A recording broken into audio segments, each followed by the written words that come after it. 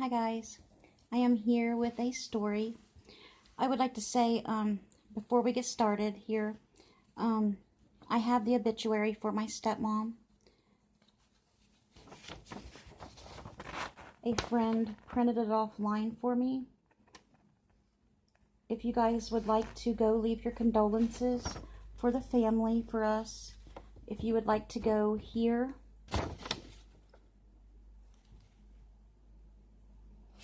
you can go to www.warefh.com. It's warefuneralhome.com. And you can light a candle and or leave a comment. It would be much appreciated if you'd like to leave one. Okay, so the story right now is called Mysterious Medication. This is a true story from Guidepost of Heavenly Encounters. I love stories like this. Okay, before each story, there's either a Bible verse or a quote from somebody. And this one is Spiritual Quest, a quote from Frederick Buechner. Let's say, miracles are momentary glimpses into a mystery of such power, depth, and beauty that if we were to see it head on, we would be annihilated. Okay, so let's read this one, Mysterious Medication. The January day in Larson, Wisconsin, dawned sunny, but bitterly cold. It was a good day to stay inside. Mary Mahler Krause decided, hoping that her pager would remain mute. In addition to working a factory swing shift and running a 131-acre farm, Mary was a member of a township volunteer fire department, and she relished her downtime. She's a busy woman. In the middle of a shower and shampoo, however, Mary heard the pager squawking details about a car on fire less than 2 miles away. The dispatcher requested not only fire trucks, but also the jaws of life. Although Mary's adrenaline always raced at a call, this time she felt literally propelled. She barely dried herself, stuffed her dripping hair under a helmet, raced into the sub-zero morning, and leaped into her pickup. Because this was a daytime call, at the far end of the district's royal boundary, Mary knew the farmers would be the only ones responding, and that could take a long time. Except for the volunteer who had phoned in the report, Mary was the first rescue worker on the scene. It resembled the aftermath of an explosion, although there was no fire. First accounts were inaccurate. A pile of twisted metal lay on the highway. Wreckage was strewn across the fields and road shoulder. To Mary, the sight seemed mysteriously stripped of color, ominous in black, white, and gray. There was no sign of a second vehicle.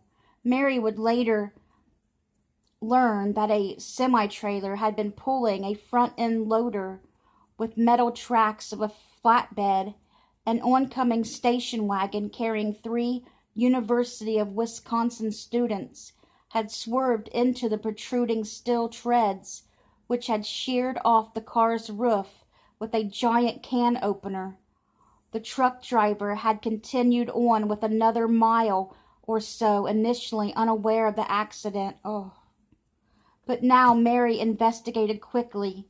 A young man, obviously dead, lay under the station wagon's left front bumper. The other volunteer was consoling a young woman pinned inside the wreckage. Mary rounded the metal tangle toward the passenger side, then stopped. Was that a third body in the ditch? She ran, sliding down the incline on her knees. A blonde girl, about 21, looked up at Mary with terrified eyes. She felt an instant bond. "I'm Mary," she told the young woman. "I'm a firefighter, and we're going to help you, but we need your cooperation, okay?" The girl nodded, trembling. "I'm Lori." Before moving a patient, rescue workers must make an assessment. Gently, Mary examined Lori's left side and found only a bruised calf. When I got to her right shoulder, it literally fell out into my hand. Mary says I patted it up the best I could and kept looking, but as she lifted a lock of Lori's hair to check a trickle of blood, Mary gasped. She was looking at a gash at least 6 inches long and 3 inches wide, forming a pool of blood underneath the girl. Lori's heavy clothes and matted hair had hidden the horrible fact that she was bleeding to death right in front of Mary. How could she stop the flow? Mary had first aid and CPR training, but firefighters are primarily expected to fight fires. She notes, "We don't carry medical supplies. Everything is on the equipment van, coming from miles away. The van might not arrive for 15 or 20 minutes. Mary needed pressure bandages immediately. What about her fireman gloves? No, they were big enough but dirty, and pressing them against such a terrible wound would introduce more infection. God," Mary prayed, please help her. There's no way I can do this on my own." What could she use? Worried, Mary looked to her left. Nothing but fresh, undisturbed snow across the fields. She glanced to her right, to a group of bystanders forming along the highway. Maybe one of them had something sterile to stem the flow. For a moment she looked back at Lori, and her heart seemed to stop. In the snow to Mary's left, half an arm's length away, just where you want your material, sat a dark red bag with black handles and a black medical emblem. Who had brought it in a split second when Mary had looked away? There was no one near her, no footprints marring the smooth snow, and the bag looked nothing like the fluorescent orange ones local EMS personnel used. Mary didn't have time to wonder. She hit the clip and the bag snapped open to reveal a veritable pharmacy. Rubber gloves, tape, bandages, and absorbent squares of every kind and size, all sealed in sterile containers. Everything she needed was there in the order in which she would need it. Quickly, Mary went to work, applying as much pressure as she could against the gaping hole. Adding new gauze, squares, and the old ones became saturated. "Come to the hospital with me, Mary, please," Lori murmured. "I will, honey, just hang on." Firefighters didn't go to hospitals with victims as a rule, but Mary couldn't imagine leaving this girl. Something seemed to be holding them together in a protective glass bubble. Shielded from the horror, somehow safe, Mary knew the fight for life helicopter had arrived. She could hear the engine descending. But she and Lori didn't feel the propeller blades' blast of wind, nor was either of them cold despite the sub-zero temperatures. As personnel loaded the other girl into the helicopter, paramedics arrived and ran to assess Lori's condition. "Stay with me, Mary," Lori pleaded, her voice fading now. Mary nodded. Her fingers ached with the strain, and her hair had frozen solid under her helmet, but she still felt that strange and loving connection. They would have to pry her away from Lori, but Lori had lost too much blood to survive the helicopter trip. "There's only one thing to do, Mary," a paramedic decided. "You're going to hold Lori's life in your hands, literally." "How?" "We'll show you."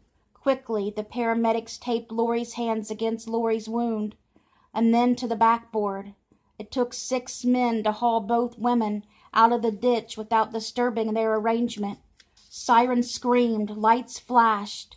Mary smiled down at the girl as the van raced against time. "I told you we'd stay together," she reminded her. It was hours before both victims stabilized, and Mary felt able to relinquish her link with Lori. Only then did she remember the mysterious medical bag. She drove back to the scene to retrieve it. Several firefighters had seen Mary using the bag and had assumed it was hers. Anyone coming across it would have returned it to her, nor had the site been left unattended. Since the accident, it had been under constant surveillance. The medical bag, however, had mysteriously vanished, and although workers painstakingly collected all accident fragments, no trace of discarded bandages, wrappings, gauze, or other debris from the bag has ever been found. Mary now lives near Rhinelander, Wisconsin, and Lori, who recovered completely, is in Ohio. The two keep in touch as much as possible. Mary was even godmother for Lori's first baby. They will always share a bond. They know forged during those desperate moments in a ditch when both felt held in the divine physician's hands. Who do you think put that medical bag there? And who do you think took it away? God did. That medical bag just did not appear out of nowhere. God put that bag there, and God took it away when it was not needed anymore. That girl was not meant to die. She was meant to stay there, and that Lori was meant to help, or Mary was meant to help Lori. Lori was meant to help. Mary was meant to help Lori. Lori was not meant to die.